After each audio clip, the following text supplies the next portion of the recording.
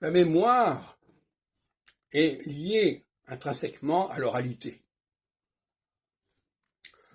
Dès que j'écris, je ne suis plus dans la mémoire. Je peux écrire mes mémoires, je peux laisser des documents, mais justement, ma mémoire n'est pas mobilisée. Et donc, elle s'affaiblit, elle se déprime. Donc, il y a les gens qui sont dans la mémoire, c'est-à-dire qui ont énormément stocké d'informations, et que ces informations sont à leur disposition, et ceux qui ont préféré se délocaliser, se décharger, et qui se sont par la force des choses affaiblis, et qui n'ont pas une capacité de réaction considérable, parce qu'ils n'ont pas tous les éléments sous la main.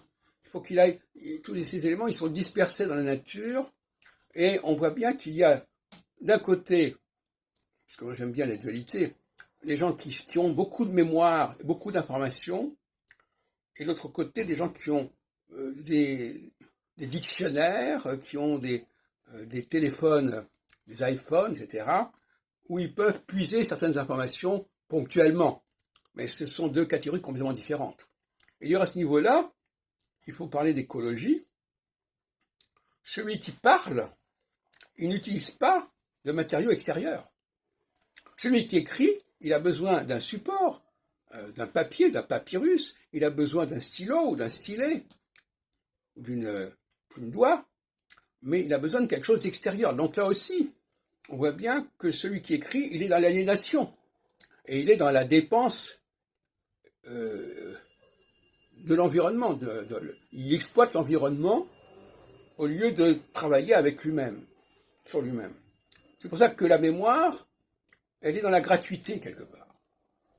Quelqu'un qui n'a besoin que de sa mémoire, il ne puise pas dans les ressources naturelles extérieures. Il n'a pas besoin d'électricité, il n'a pas besoin de téléphone, il n'a pas besoin de papier. Voilà. Alors, il y a une fameuse formule qui dit il vaut mieux une tête bien faite que bien pleine. Je pense que c'est un peu exagéré comme point de vue. Si on n'a pas la tête bien pleine, on ne peut pas faire grand-chose en vérité.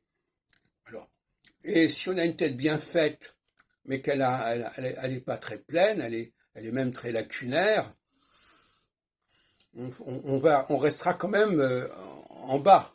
Hein. C'est une consolation. Des gens qui improvisent comme ça au dernier moment, des réponses. On a vu ça, par exemple, dans les cafés philo que j'organise, et que je continue à organiser d'ailleurs.